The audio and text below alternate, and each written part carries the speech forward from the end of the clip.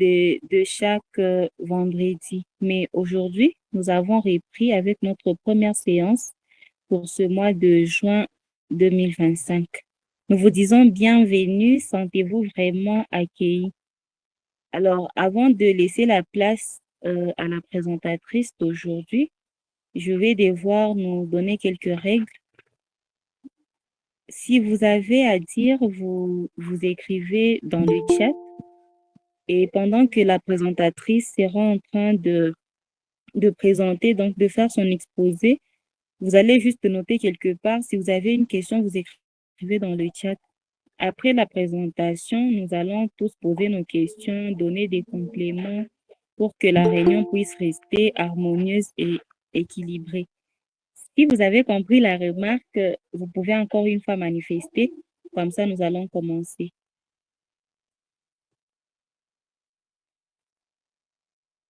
Merci. Merci beaucoup. Alors, sans tarder, je laisse la parole à Madame Valence. Elle va vraiment parler d'elle. Je sais que si vous êtes ici, vous avez sûrement vu l'affiche, vous avez vu le thème. Alors, Madame Valence va introduire, elle va parler d'elle, elle va se présenter, elle va aussi introduire les thèmes et passer à la présentation. Bienvenue, Madame Valence. Merci. Ok, merci beaucoup. Bonsoir à tous. Je crois que vous allez bien. Oui, oui. Au fait, moi, je vais juste intervenir et vous allez écrire des questions quelque part. Vous allez écrire des questions quelque part et après, je vais laisser quelques minutes pour les questions et réponses. Moi, c'est Madame Valence Mogoli Rouimbassa. Je suis de Goma. Je ne sais pas si nous tous, nous sommes de Goma, mais moi, je suis de Goma. Je suis mariée, j'ai trois enfants et un mari. Je crois que c'est un peu tout et je suis entrepreneur. Je travaille chez Mia Investments où moi et mon mari, nous sommes des initiateurs de l'idée. Et jusqu'à présent, je crois que tout le monde connaît Ponta. Nous sommes des producteurs de Ponta. C'est une farine instantanée. J'ai commencé ma carrière entrepreneuriale depuis 2019. Avant, j'étais dans l'humanitaire et aujourd'hui, depuis 2019 jusqu'à aujourd'hui, je suis dans l'entrepreneuriat. Donc, par la grâce de Dieu, nous allons partager le peu par expérience. On va partager, je crois que vous aurez un moins, un plus. Merci. Je ne sais pas si on est ensemble. D'accord, merci, merci, merci. Je vais vous partager l'écran. On va avancer avec ce que vous serez en train de voir. Et ma présentation est sur PowerPoint. D'accord, d'accord. On est là maintenant. On peut commencer avec la technique. Ce n'est pas facile, hein, mais je crois que c'est déjà bon. Ça va. Au fait, nous sommes là ce soir pour notre idée de l'entrepreneuriat. Avant tout, nous devons d'abord comprendre c'est quoi l'entrepreneuriat. L'entrepreneuriat n'est pas seulement une activité économique, c'est un état d'esprit, une culture de création, d'innovation et de responsabilité. Dans un monde en constante évolution marqué par l'instabilité des emplois, c'est là maintenant qu'un entrepreneur trouve l'idée d'entreprendre. C'est là maintenant qu'on parle de l'idée d'entreprendre. Vous serez en train de lire, on va donner notre structure par rapport à ça. Comprenons ensemble que l'entrepreneuriat n'est pas seulement une activité économique. C'est un état d'esprit, c'est une culture de création. Donc, une personne s'est dit, je vais créer. C'est ça l'entrepreneuriat. C'est ça notre introduction de ce soir par rapport à cette définition. Être entrepreneur, c'est oser transformer une idée en réalité. Souvent face à l'incertitude, avec foi, persévérance, vision. Des fois, on fait face à une idée. Tu te dis, comment est-ce que ça va avancer cette idée-là? D'où vient l'idée d'entrepreneuriat? on aura quelques points. Ceux qui sont en train d'écrire et vous êtes en train de voir, on va développer quelques points. D'où vient l'idée d'entreprendre? On va parler aussi de l'arbre à problème. Nous allons parler aussi de la formule Kiki OCAP. C'est une formule qui va nous aider à mieux comprendre notre idée d'entrepreneuriat ce soir. Nous allons parler aussi de l'analyse des risques. Et enfin, nous allons parler aussi de marche vers la prospérité. Comment faire, donc c'est un chemin vers la prospérité dans lequel il y a plusieurs défis, plusieurs surprises, mais un entrepreneur doit savoir, je fais face à quel obstacle pour avancer vers la prospérité. Je fais face à quel objet pour avancer dans mon idée. Merci beaucoup.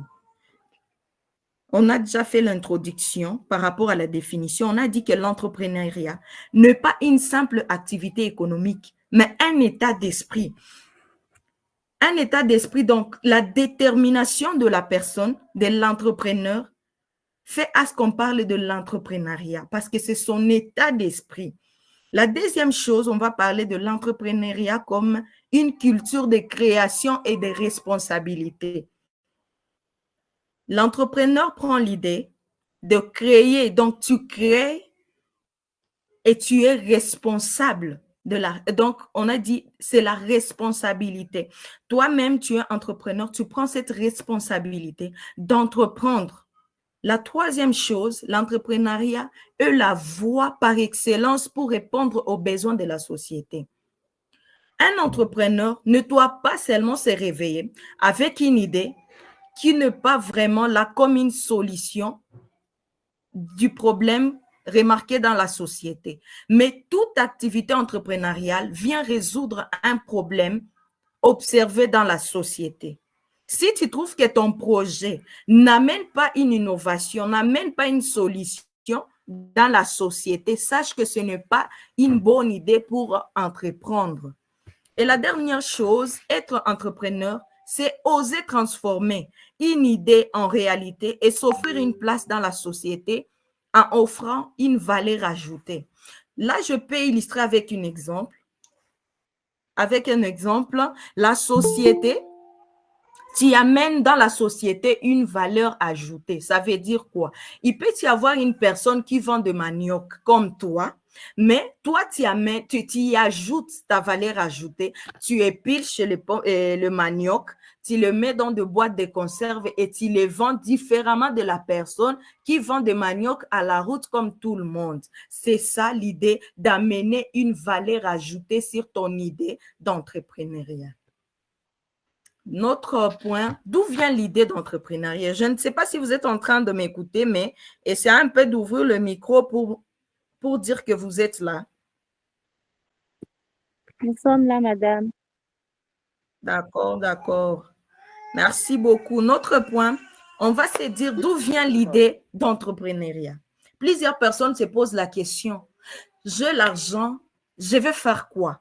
Je vais enlever où l'idée d'entreprendre? Je vais enlever où l'idée pour le business, pour l'affaire, les services que je vais offrir? La première chose, l'idée vient d'un besoin à satisfaire ou d'un problème à résoudre. Nous sommes dans des sociétés où il y a des problèmes et ces problèmes-là manquent une personne qui a les yeux ouverts sur ces problèmes-là. Et c'est cette personne-là qu'on parle, c'est toi, l'entrepreneur de ce soir. Tu dois avoir l'idée sur le problème qui se trouve dans ton quartier, dans ton pays, partout là où tu vis pour trouver une solution. C'est ça là où vient le premier notion de notre idée. Quand tu as déjà remarqué le problème, c'est ça le premier point de notre source de l'idée. Le deuxième point, ça vient d'une passion, d'un talent naturel. Je vais vous donner mon exemple. Moi, depuis que je suis enfant, j'ai les dons aussi, c'est les talents de masser les gens. Et quand j'ai grandi, je me suis dit, peut-être ça, c'est quelque chose qui bouillonne en moi et je dois l'exploiter. Et après un temps, j'ai commencé à acheter des machines pour masser les gens. Et je crois que bientôt, je vais vraiment développer ça. Je suis en train d'étudier la faisabilité. Je crois que c'est venu de ce que j'étais depuis l'enfance jusqu'à aujourd'hui. Et cela peut développer l'idée d'entrepreneuriat. Demain ou après-demain, je peux avancer, mais je dirais que c'est venu de quelque chose qui était naturellement en moi. Il y a des personnes là qui sont en ligne. Tu as vraiment quand tu t'habilles, même si qui tu as vêti, mais quand on le voit sur toi, on trouve que c'est joli. Peut-être c'est quelque chose qui est en toi, tu connais t'habiller, tu peux développer ton idée dans les volets du style. Il faut remarquer si tu as quelque chose comme passion, comme talent naturel pour vraiment développer. L'autre idée, ça vient aussi d'une inspiration intérieure ou spirituelle. Il y a ceux qui sont chrétiens sur notre plateforme. Dieu peut te donner l'idée que tu peux développer. Ça vient spirituellement comme ça. Je vous donne l'exemple de mon mari. Quand des fois, lui, il dort, il se réveille, Dieu lui donne les formules et il se réveille, on essaie ces formules-là et ça passe. Et jusqu'aujourd'hui, si tu peux boire Ponta, tu vas sentir quelque chose que tu ne comprends même pas parce qu'il y a la touche spirituelle dans ce que nous sommes en train de faire.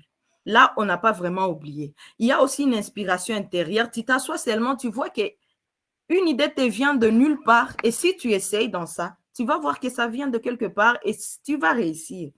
L'autre point, c'est du désir d'indépendance et de transformation sociale. Tu es dans l'environnement et tu te dis, il y a quelque chose qui ne va pas, peut-être que ça te fait mal. Il y a d'autres personnes qui commencent des ONG et autres activités à but non lucratif qui remarquent qu'il y a des violences basées sur les genres. Tu te dis, moi, je ne supporte pas ça. Et sur base de ça, moi, je vais avancer, je vais développer mes idées par rapport à ça. Il y a aussi cette source-là qui nous donne l'inspiration. Il y a d'autres influences de notre environnement. Tu peux être dans un environnement là de gens, des commerçants, quoi. Et quand tu vois que quelque chose avance, tu te dis, eh, moi aussi, je peux essayer dans ça. Et tu trouves que quand tu essaies, parce qu'il y a des mentors qui vont te coacher, et tu trouves que les choses commencent à aller. Nous avons développé ces quelques points pour t'ouvrir l'idée sur quoi tu peux tenir pour développer ton idée d'entrepreneuriat. Notre troisième point, nous allons parler de l'analyse de l'arbre à problème. Notre arbre à problème est un outil d'analyse stratégique utilisé pour identifier une problématique centrale en mettant en évidence ses causes profondes et ses effets. Notre arbre a trois parties.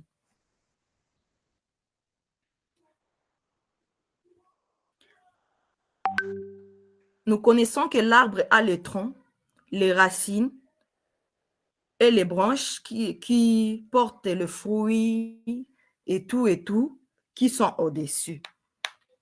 Et les racines, dans notre arbre à problème, nous montrent les causes. Ça nous explique les causes. Et les troncs, c'est les problèmes principaux que tu as remarqués dans ton environnement. Le branche, ce sont les conséquences. Tu peux te dire, avant de faire ton idée d'entrepreneuriat, tu dois vraiment respecter cet outil pour analyser. Tu te dis, qu'est-ce que je remarquais dans ma société? Tu prends même un cahier, tu écris parce que entreprendre, oui, c'est investir quelque chose, mais tu ne peux pas aimer investir et taper la main dans l'eau donc pour dire que tu rates la cible. Mais pour bien réussir, tu dois te mettre quelque part et tu analyses la faisabilité. Tu dis par rapport à ton arbre à problème, les troncs, c'est le problème central. C'est le problème principal qu'on identifie facilement dans notre environnement. C'est ce que je dis. Tu peux remarquer que il y a un problème dans ma société sur les styles. Et puis tu te dis, comme les troncs là, c'est les liens entre les conséquences et les vraies causes du problème. Tu t'es dit, pourquoi?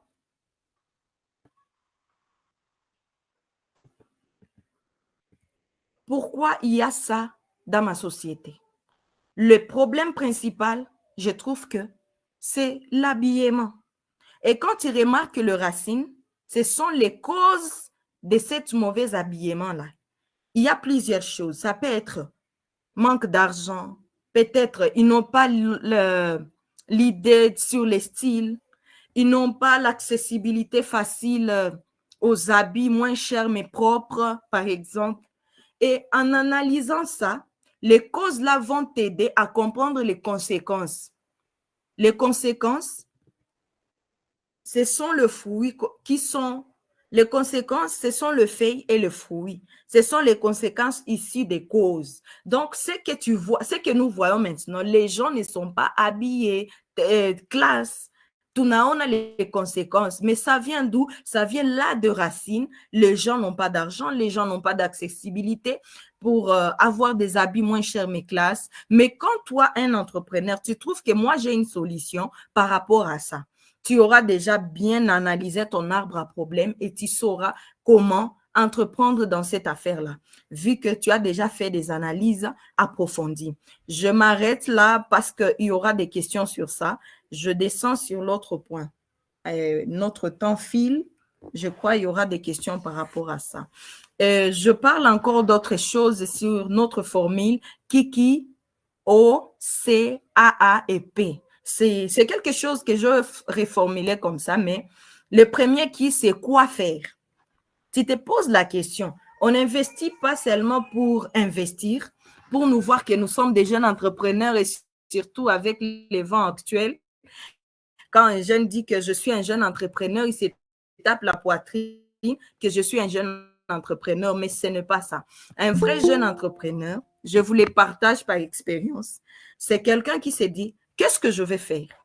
Après avoir trouvé la réponse et après avoir utilisé notre outil arbre à problème, tu t'es dit, qu'est-ce que je dois faire? Quoi faire? Si tu trouves la réponse, tu t'es dit, qui va faire cette idée-là?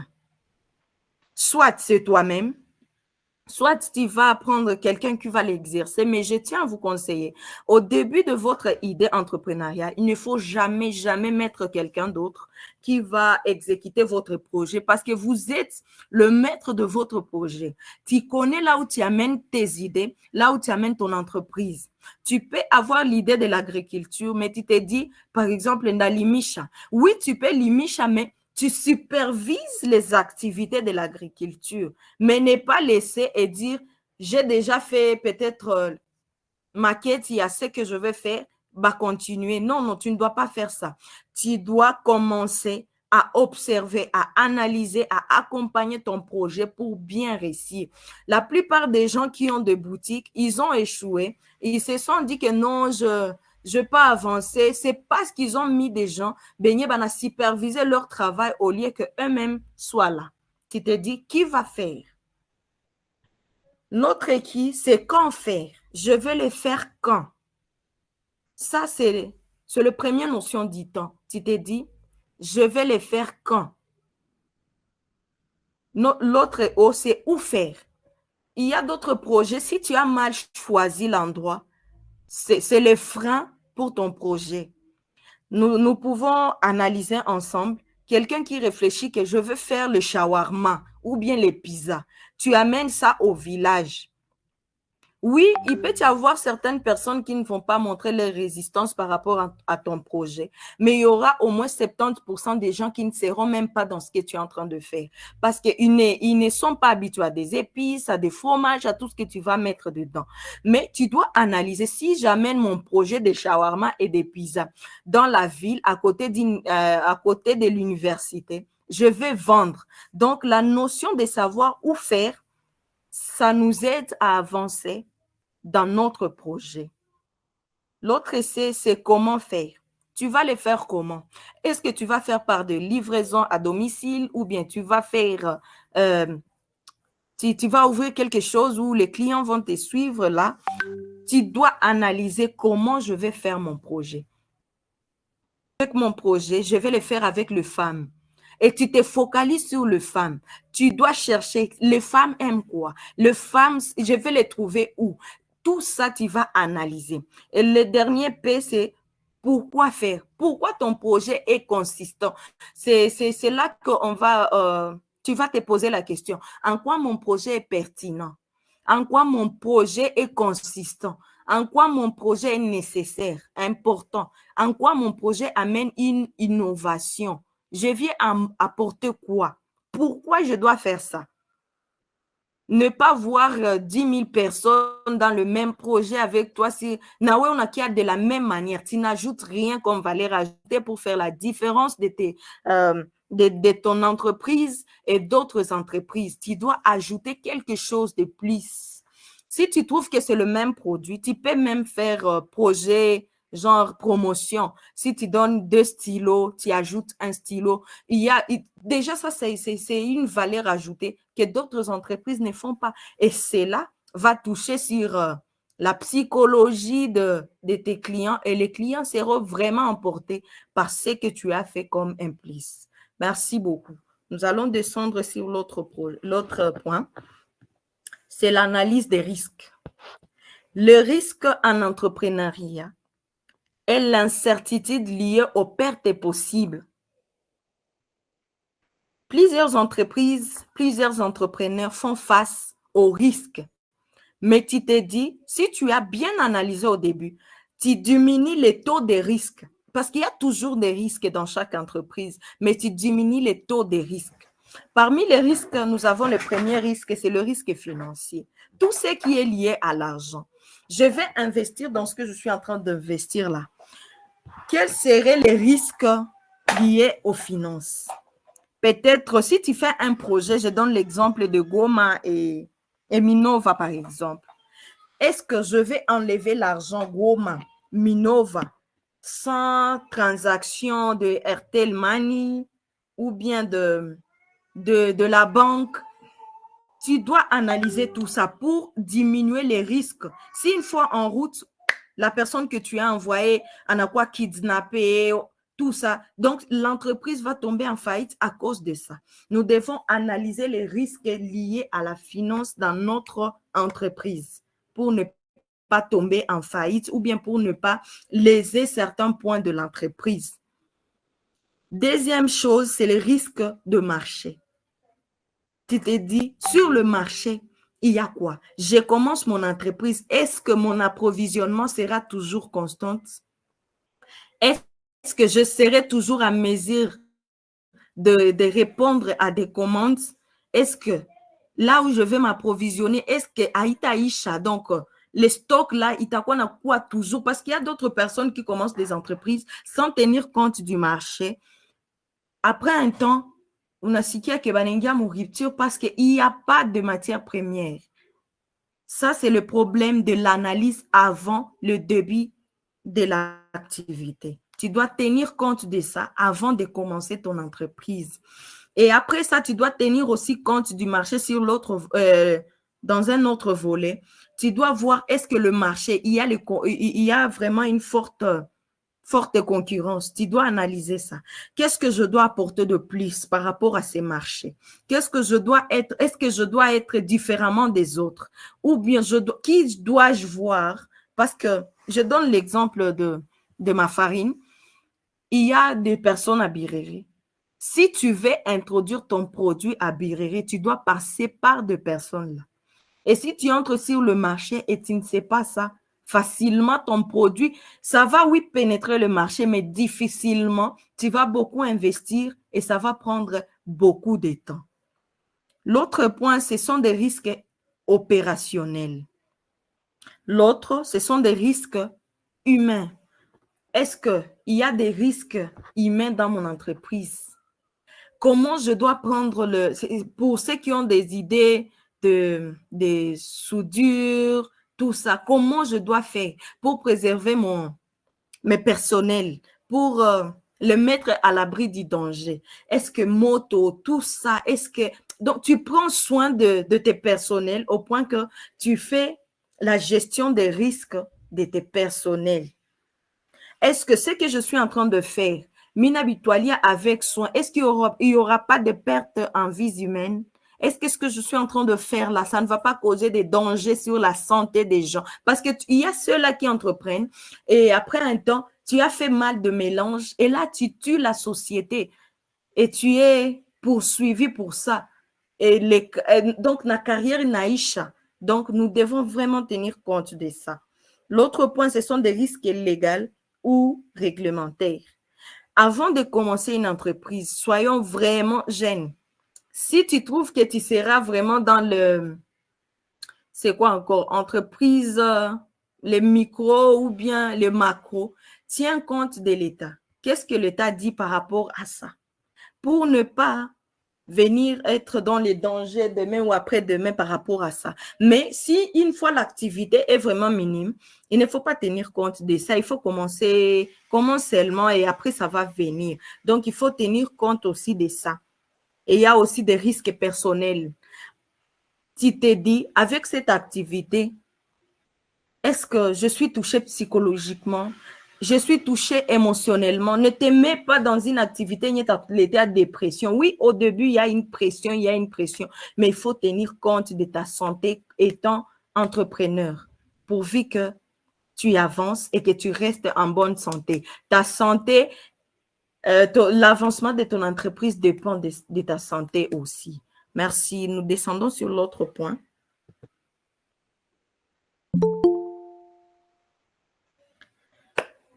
Nous allons parler de la marche vers la prospérité. La prospérité, c'est notre point supérieur dans l'entrepreneuriat. C'est le point où tout le monde, nous sommes comme une personne qui est sur la terre et qui est en train de voir le soleil. Tu te dis, mon objectif, je suis là sur terre, mais mes yeux sont focus sur le soleil. C'est là que nous allons parler ce soir. Tu te dis, je commence avec ce que j'ai, mais je me fixe les objectifs, je vais avancer. Je vais avancer, peu importe mes ressources actuelles, mais avec le peu que j'ai, je vais avancer. Je vais vous donner notre expérience. Nous avons commencé en 2019 avec 56 $, qui était à cette époque-là, qui équivalait au moins 36 kilos de la farine. 2019. Dis-moi, entre nous ici, il y a ceux qui ont des téléphones chers, un peu chers, tout ça. Mais nous, on avait commencé avec 56 $. Et aujourd'hui, nous sommes dans la farine instantanée.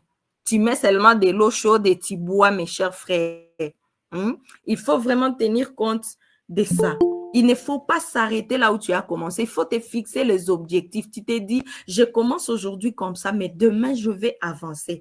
Peu importe les défis actuels, je vais me fixer les objectifs pour avancer. Parmi les 12 marches vers la prospérité, nous allons parler d'avoir une grande vision. C'est ce que je viens d'expliquer. Fixe-toi les objectifs. Dis-toi, demain, après 10 ans, je vais acheter l'avion. Il faut se fixer ce genre d'objectifs. Il y a que ça folie, mais tu te dis, je vais y arriver. Mais qu'est-ce que j'ai actuellement? Tu te dis, j'ai peut-être 100 $, j'ai 200 $. Tu bosses en fonction de ça. Tu vas voir, même si tu n'arrives pas sur l'achat de l'avion, quand même, ou tu as brabis, parce que tu t'es fixé des objectifs et tu as travaillé pour ça. Notre deuxième point, c'est procéder à l'analyse de l'arbre à problème. Ce que je vous ai dit là-haut, ça va vraiment t'aider à avancer. Pose-toi aussi les 8 questions pour bien être focus dans ce que tu veux faire. Fais l'analyse des risques. Monte et lance un projet pilote avec le moyen de bord. Plusieurs jeunes se disent que je ne peux pas faire une activité de moins de 1000 $. C'est dénigrant. Avec mon niveau, je ne peux pas faire une activité à Kunizaraoulisha. Mais mon frère, je te dis, ma soeur, toi qui m'écoutes maintenant là, si tu prends en considération le peu que tu as, nous, on gagnait 300 francs par sachet. Avec les 36 kilos, imagine 36 fois 300 francs. Mais on ne mangeait pas ça. On gardait ça jalousement, jusqu'à ce qu'on a avancé. Plusieurs personnes pensent que non, quand on te dit les histoires comme ça, non, ce n'est pas vrai. Mais je vous dis que je suis l'exemple palpable. Il y a ce que je suis en train de dire. Il faut vraiment tenir compte de ça. Il faut commencer. Il ne faut pas négliger. Commence avec un petit projet pilote. Ne t'arrête pas là. Dis-toi que je commence à faire ces petits beignets. Mais demain, avec les petits beignets, dans quoi la boulangerie à Kabambi, j'aurai un nom comme des KFC, des McDo, tu seras aussi comme ça. Mais si tu te fixes les objectifs, l'autre point, c'est créer ta valeur ajoutée, ce que je vous ai dit. Mets toujours un plus dans ce que tu es en train de faire. Sois le premier employé de ton projet pilote. N'engage pas au début. Je vous assure, nous, on avait fait face à ça. L'année passée, on a engagé les employés, je vous dis, et on suivait tous les normes de l'État, on déclarait plus donc le personnel, quoi. Mais ici, en janvier, lorsque les choses ont changé, on s'est dit, on met tout le monde dans les congés techniques. Et c'est ici qu'on a compris vraiment cette notion-là, que ce n'est pas bien ce n'est pas bien d'engager beaucoup de personnes et tu n'as pas encore de grandes choses. Il faut vraiment tenir compte de ça. Au début, sois le premier employé de ton travail. Diversifie tes ressources d'approvisionnement. Il ne faut pas avoir, il ne faut pas avoir ce genre d'idée. Il faut diversifier. Et aussi longtemps, tu as la même personne. Peut-être en Pandishaka, mais tu ne connais pas. Mais plus tu as 10 personnes, concurrence, c'est quoi, y a mingi. Et toi aussi, tu vas bénéficier. Et tu auras une marge bénéficiaire, il y a Kabambi par rapport il y a l'autre fois, si tu tiens compte de diversifier tes sources d'approvisionnement. Et l'autre point, c'est réinvestir tes recettes pour accroître ton capital afin d'atteindre ta grande vision.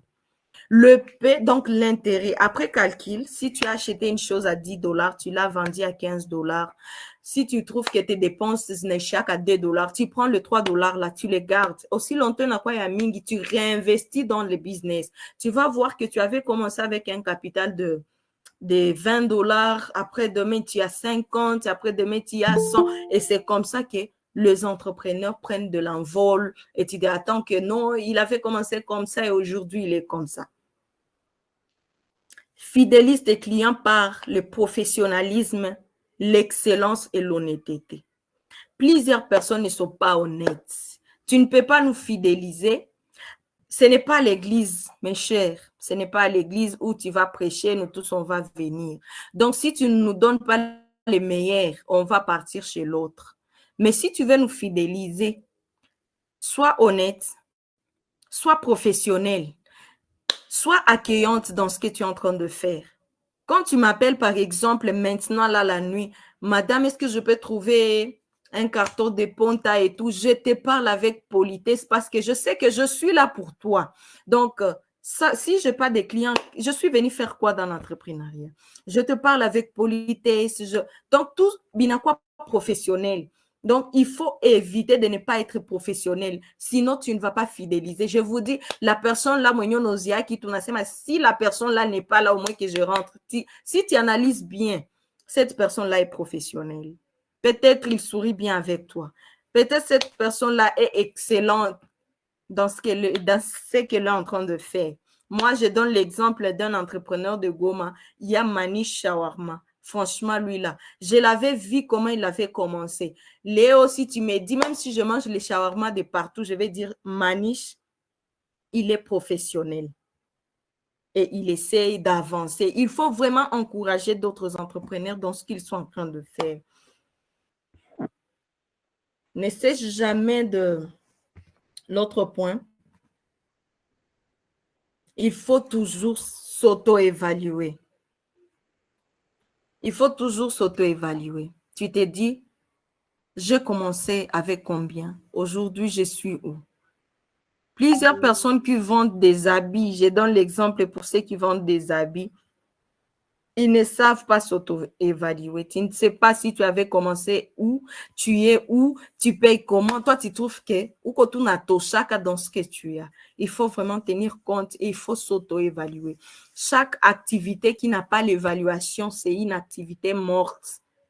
Parce que tu dois savoir tu es dans quoi, tu avances comment, tu veux faire quoi.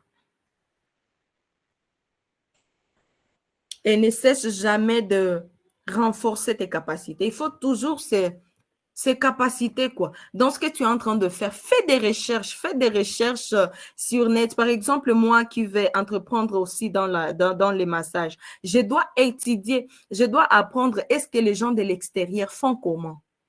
Est-ce que cette machine ici est adaptée à des personnes malades? Tout ça, je dois comprendre tout ça pour ne pas tomber dans les erreurs. Il faut vraiment ces capacités chaque jour sur l'activité que tu veux faire. Merci beaucoup pour votre attention. Vos questions sont le bienvenu. Je crois que je n'ai pas vraiment dépassé les temps, mais nous sommes là. Il nous reste 12 minutes. Dans les 12 minutes, je peux prendre les questions. Merci beaucoup, Maman Valence. Merci vraiment. C'était très intéressant. Je ne sais pas comment le dire. C'était vraiment intéressant. Nous avons été édifiés, s'il faut le dire ainsi. Nous avons beaucoup appris de vous. Avant que nous ne puissions donner la place aux questions, j'aimerais que, j'aimerais que vous puissiez un peu nous parler de votre produit, Ponta, les avantages, comment on peut avoir, donc tout ça, parlez-nous vraiment de ça, parce que c'est quelque chose que j'ai déjà personnellement, je l'ai déjà vu, et j'aimerais vraiment que les autres qui sont ici sachent aussi qu'est-ce que Ponta, à quoi ça sert, est-ce que c'est pour toutes les catégories des personnes, adultes, enfants, est-ce que c'est pour une catégorie spécifique, ça coûte combien, ça se vend, est-ce que c'est partout, il faut seulement vous chercher à votre boutique, un peu comme ça, merci. Ok, merci beaucoup, mais j'aimerais demander une permission. Mon mari, qui est le DG, il est à côté de moi. Est-ce qu'il peut intervenir sur ce point-là? Oui, oui, sans problème, vraiment, ça ne D'accord. dérange pas. DG, vous êtes les bienvenus sur cette question-là. Il est là. Bonjour à tous. Je dis merci pour cette opportunité. Je n'étais pas prévu pour intervenir. Au fait, je suis heureux de voir cette plateforme entrepreneuriale. Je crois qu'il y a beaucoup d'entreprises qui sont connectées. En fait, je veux juste présenter notre produit. Je n'ai pas prévu la présentation. Je n'ai pas prévu ça en PowerPoint, donc je vais le dire et vous allez saisir ce qu'il faut saisir. En fait, nous sommes la société MIA Investment SAS et nous développons des produits agroalimentaires. Et nous avons jusque-là 2 produits au marché, les autres sont en laboratoire. Et donc, le premier produit qui est commercialisé, c'est le produit Afiabouille. C'est le produit qui a commencé depuis 2019. Et c'est un produit qui est protégé. C'est une marque protégée par le ministère de l'Industrie. Mais à part ça, nous avons aussi notre farine qui est très connue aujourd'hui. Nous sommes dans plusieurs provinces déjà et c'est consommé déjà même en dehors du pays, en Australie, en France et en Éthiopie et dans d'autres pays. La farine, c'est la farine Ponta instantanée. En fait, c'est une farine à base du riz, du blé et du lait. Et voilà, donc c'est un peu ça. C'est une farine qui est très commercialisée à Goma et à Bukavu et qui a des grands concurrents. Et je pense que notre excellence sera en train de nous faire aussi une place parmi ces grandes sociétés qui développent aussi des produits similaires. Et donc, Ponta, c'est une farine instantanée qui se consomme à partir de 6 mois et plus. Et donc, dès que tu n'as pas 6 mois, tu peux consommer Ponta.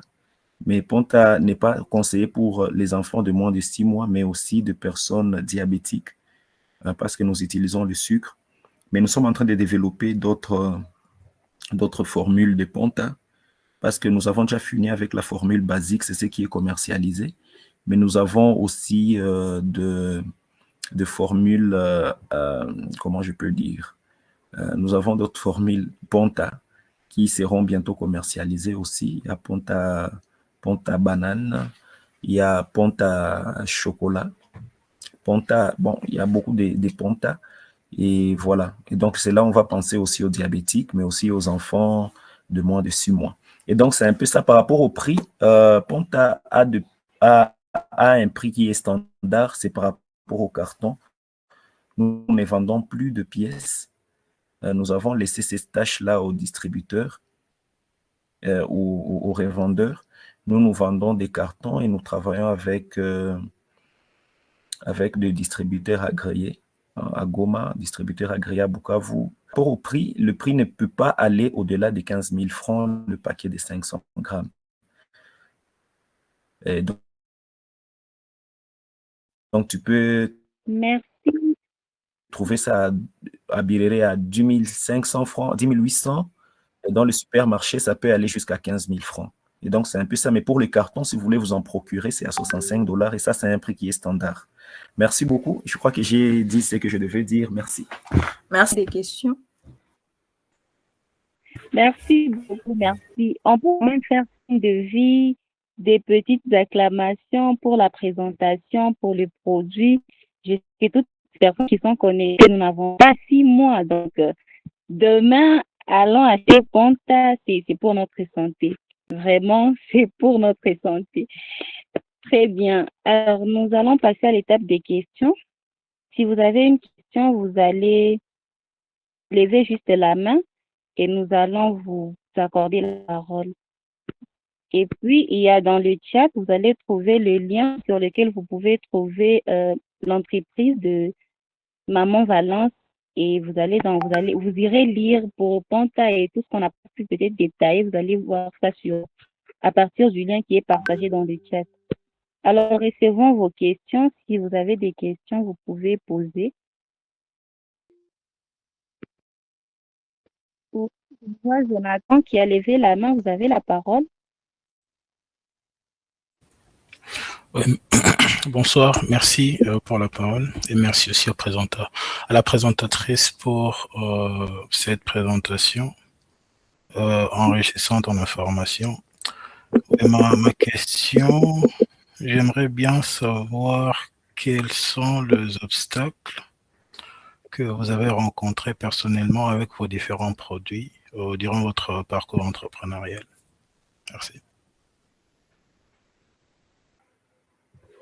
D'accord, ok, merci beaucoup. Il y a eu plusieurs obstacles ou plusieurs défis. Depuis 2019, on avait fait face à plusieurs défis. Entre autres, on n'avait pas vraiment l'emballage de qualité. C'était vraiment un défi pour nous par rapport à la concurrence. Parce que tout faible commencement n'est pas vraiment négligé, mais à tenir aussi compte. On ne s'était pas négligé à ces temps-là, mais quand même avec notre faible commencement, on avait commencé comme ça. On avait vraiment des emballages, pas vraiment de qualité. C'est pour cela que je vous ai dit, il faut toujours ajouter un plus sur ce que tu as, une valeur ajoutée. Et après, quand on a vu ça et avec l'évolution de l'entreprise, on a vraiment amélioré. Et la deuxième chose, c'est toujours cette concurrence-là qui ne manque pas sur le marché. Et la troisième chose, c'était quoi? On n'avait pas vraiment une information suffisante par rapport à la gestion des insectes, quoi. Au fait, là où il y a toujours une farine, il y a toujours une invention des catégories des insectes. Mais ça nous faisait vraiment du mal par rapport à notre produit. Des fois, tu peux acheter, tu arrives à la maison, Biloulou Binakomali a coulé, donc il y a toujours des problèmes. Mais avec le temps, ce que je vous ai dit, il faut toujours se cultiver. On a vraiment étudié sur ça et on a trouvé des solutions. Ça, c'est une chose. La deuxième chose, c'était par rapport à l'approvisionnement. On s'approvisionnait souvent dans d'autres pays juste proches de nous. Mais avec le temps, on a élargi notre zone d'approvisionnement et ça a vraiment nous aidé. Et tu viens de voir que notre coût de production baisse chaque jour au fur et à mesure qu'on trouve d'autres personnes pour nous approvisionner. Merci beaucoup. Merci beaucoup. J'espère que Jonathan est satisfait et que nous tous, nous avons appris quelque chose. Est-ce qu'il y a quelqu'un qui a une autre question?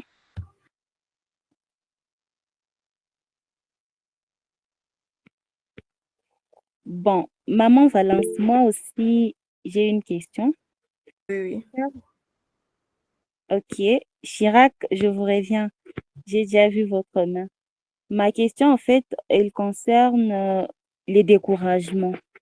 Parce que quand nous sommes au début, ce n'est pas vraiment, c'est pas, au fait, c'est pas facile que tout le monde puisse croire à ce que nous sommes en train de faire. Certains croient que c'est de la blague. Il y a la famille qui ne nous soutient peut-être pas, des amis, des connaissances, des personnes sur qui on pouvait s'appuyer. Alors, j'aimerais savoir comment vous avez pu vaincre ces découragements. Est-ce parce que vous travaillez avec votre mari ou il y a d'autres moyens que vous avez pu faire ou soit d'autres manières que vous avez empruntées pour pouvoir vaincre ces découragements? Merci beaucoup. Ok, merci beaucoup.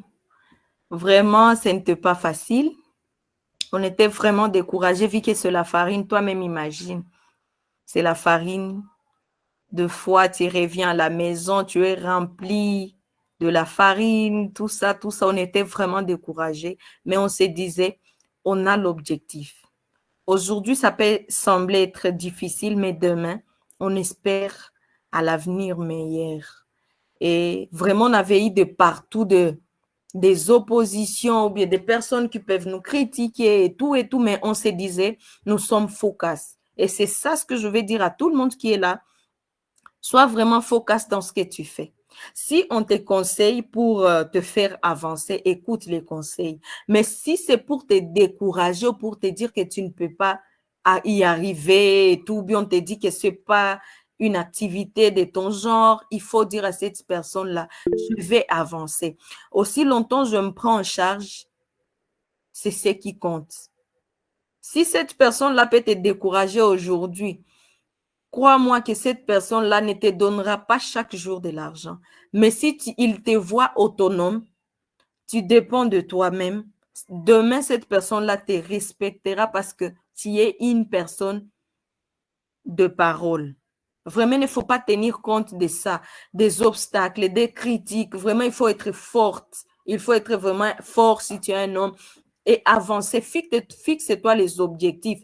Et si tu es chrétien, si tu as Dieu, avance, prie Dieu, motive-toi, avance et fais des choses. C'est pas seulement parce que je travaillais avec mon mari. On avait commencé quand on était encore des fiancés.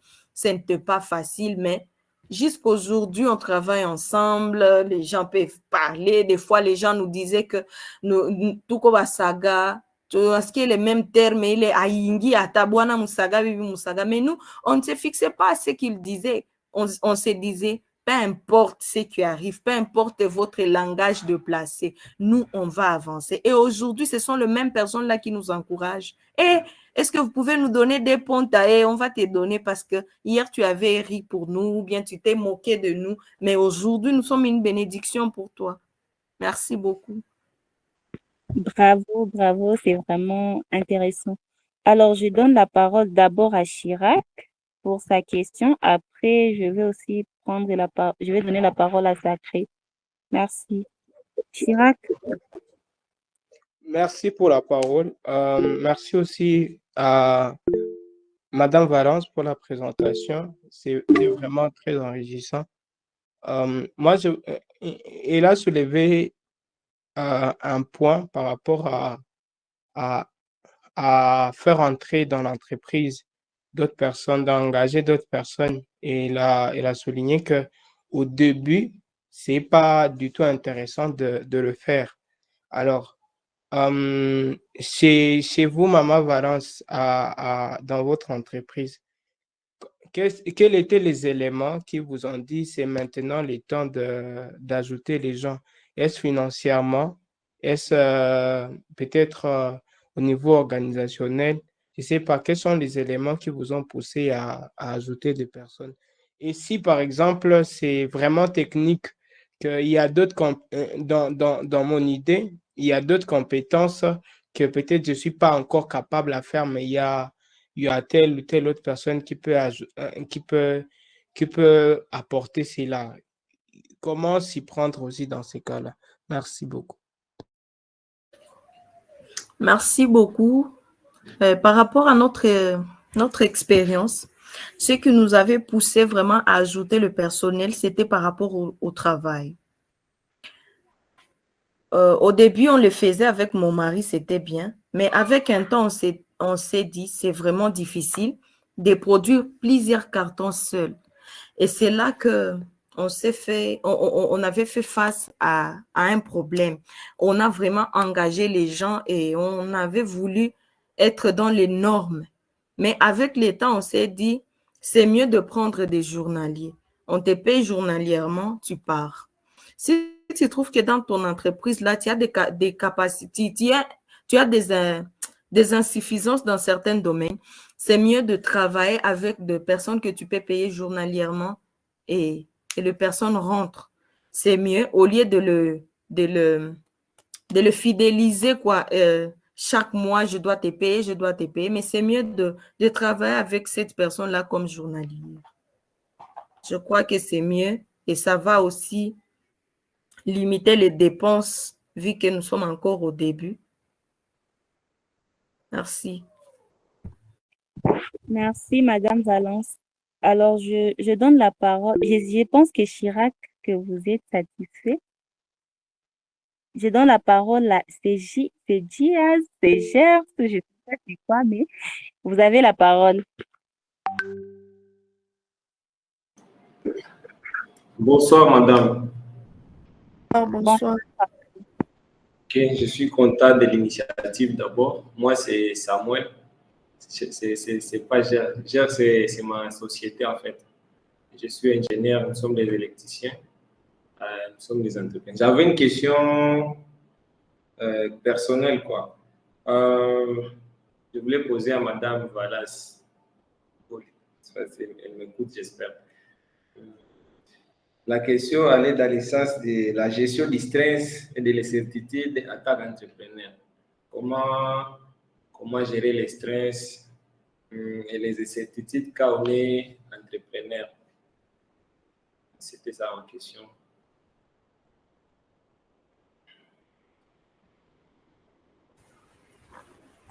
Oui, merci beaucoup.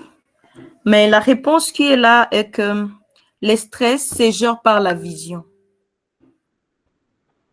Plus tu as une vision, tu te focalises sur ta vision, tu dois vraiment, et tes stress là n'aura pas vraiment beaucoup d'impact sur toi parce que tu t'es dit, aujourd'hui je suis fatiguée, mais pour mon objectif, je resterai focus. Plus tu vois l'avenir meilleur, plus aujourd'hui n'est pas difficile. Oui, il y a des stress, chaque travail a toujours des stress, mais tu t'es dit, je ne resterai pas focus sur mes stress, mais je me focalise sur mon avenir, sur mon objectif de demain. Je crois que ça va t'aider. Oui, tu seras stressé. Tu ne peux pas abandonner. Donne-toi aussi le temps de repos. Quelques week-ends, repose-toi. Tu peux te faire du bien, tu manges bien, tu bois bien, mais il faut rester toujours focus sur l'avenir pour ton bien et pour le bien de la société. Tu dois rester en bonne santé pour l'avancement de l'entreprise. Merci. Merci, maman. Voilà, c'est une bonne réponse. Merci. Jonathan, vous avez 3 minutes. Dans 1 minute de questions, 2 minutes de réponses. Merci. D'accord, sans problème. Ma dernière question se base un peu sur 2 volets. Le premier volet est d'où est venue l'idée du choix de votre produit? Parce que le plus grand obstacle aujourd'hui pour l'investissement, ce qui concerne l'investissement, c'est d'identifier une demande sur le marché et satisfaire cette demande-là. D'où est venue l'idée et quelle étude de marché avez-vous fait pour identifier cette demande-là?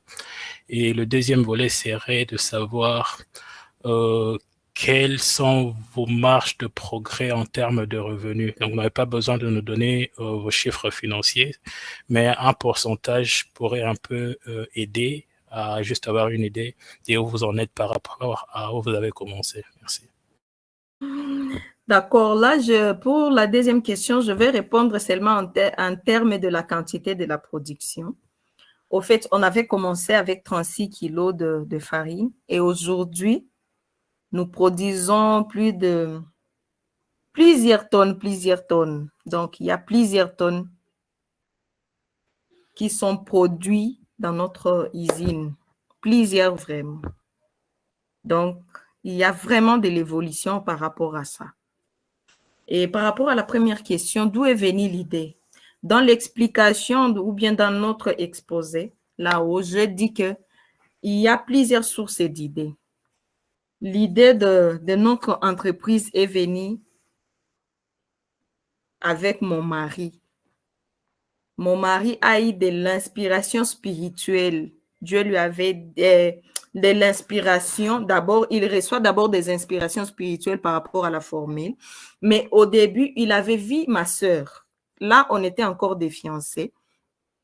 Ma sœur est maigrichon vraiment. Elle est trop mince. Mon mari avait vu ma sœur et ma sœur lui a posé la question parce que mon mari a la main de la cuisine. Vraiment, il sait préparer, il fait des recettes.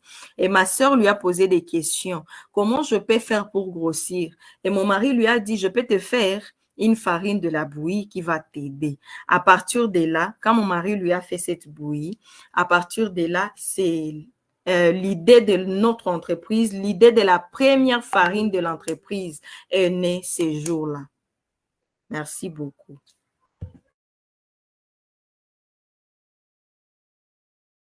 Merci beaucoup. Merci vraiment. Bon, nous vous remercions, vous tous qui avez... Je crois que je n'ai pas fini sa réponse. Et il a dit quel genre d'analyse qu'on avait effectué par rapport à ça.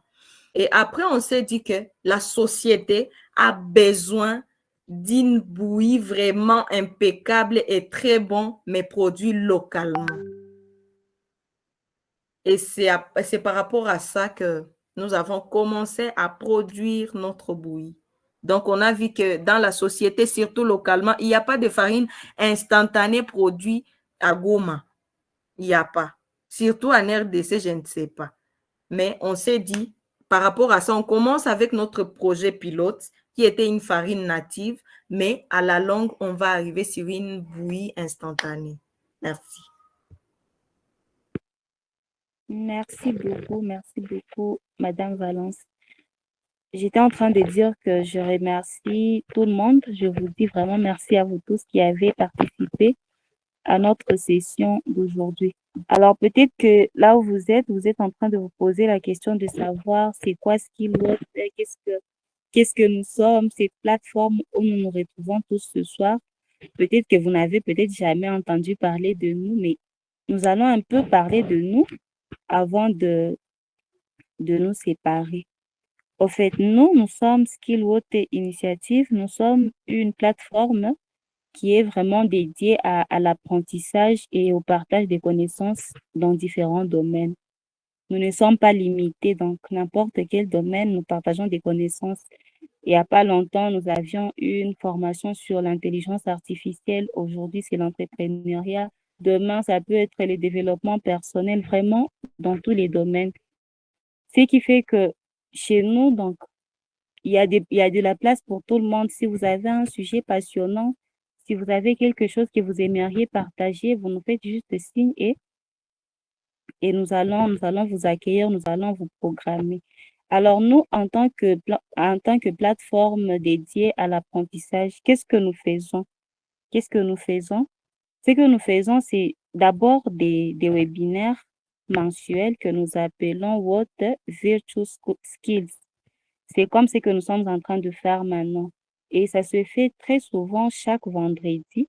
Au moins 2 fois le mois, nous organisons ces webinaires qui sont gratuits. Nous invitons des personnes expérimentées. Comme vous venez de voir vous-même, vous êtes témoin de la présentation de Maman Valence. vous sentez que c'est vraiment du sérieux. C'est pas quelqu'un qui est venu nous parler des choses non réelles. Non, ce sont vraiment des personnes expérimentées que nous invitons pour nous partager leurs connaissances, leurs expériences dans la vie, pour nous aider aussi à nous améliorer et à nous développer en tant que jeunes visionnaires. À part ces webinaires, nous organisons aussi des séances de capacitation. Ça aussi, c'est dans différents domaines. Ça dépend de la demande. Heureusement qu'on nous a parlé de la demande aujourd'hui. Donc, on peut identifier un problème et on s'est dit que par rapport à cette question, on peut organiser telle séance et ça pourra peut-être aider les gens à s'améliorer. L'exemple, c'est par exemple même avec la formation en intelligence artificielle, on a remarqué que c'est quelque chose qui est vraiment en train de prendre de l'ampleur. Malheureusement, beaucoup de gens ne savaient pas comment utiliser ChatGPT et d'autres sources d'intelligence artificielle. Ce que nous avons fait après avoir constaté ce problème et savoir le besoin de nos, je dirais, des personnes qui nous côtoient, on a organisé cette formation et je vous assure que ça a été bénéfique pour toutes les personnes qui ont eu à participer. À part ça, nous avons aussi un atelier de jeunesse que nous organisons une fois l'année. C'est dédié souvent aux adolescents, donc les jeunes dont la tranche d'âge est entre 12 et 17 ans. Et ça, nous organisons une fois l'année pendant les grandes vacances. À part ça, nous avons aussi des formations. Il y a même des formations qui sont en cours. La formation en anglais, la formation en bureautique, design, nouvelles technologies. Donc, ce sont des formations que nous organisons. Alors, si vous avez besoin d'une formation, quelle est la formation à laquelle vous pouvez facilement joindre à partir même d'aujourd'hui? Il y a la formation en bureautique. Les prix, c'est 35 $ et la formation dure 2 mois. Il y a la formation en design qui est donc taxée. Le prix, c'est à 40 $ et la formation dure aussi 2 mois. Et la formation en anglais, le prix, c'est aussi 35 $. À part cela, vous pouvez aussi participer à nos sessions qui sont gratuites sans forcément faire la formation. Mais je vous assure que ces formations sont vraiment importantes pour nous parce que l'entrepreneuriat, c'est pas seulement dans les domaines peut-être commerciaux. Vous pouvez investir dans n'importe quel domaine. Avec déjà une formation en bureautique, vous pouvez investir dans beaucoup de choses et vous pouvez vous procurer de l'argent dans cette façon-là. Mais je pense que vous avez quand même capté quelque chose de ce que nous sommes, de ce que nous faisons et vous savez quand même comment nous contacter. Voilà, il y a déjà dans le chat, il y a le mail que vous pouvez copier et le lien aussi pour accéder à notre chaîne WhatsApp.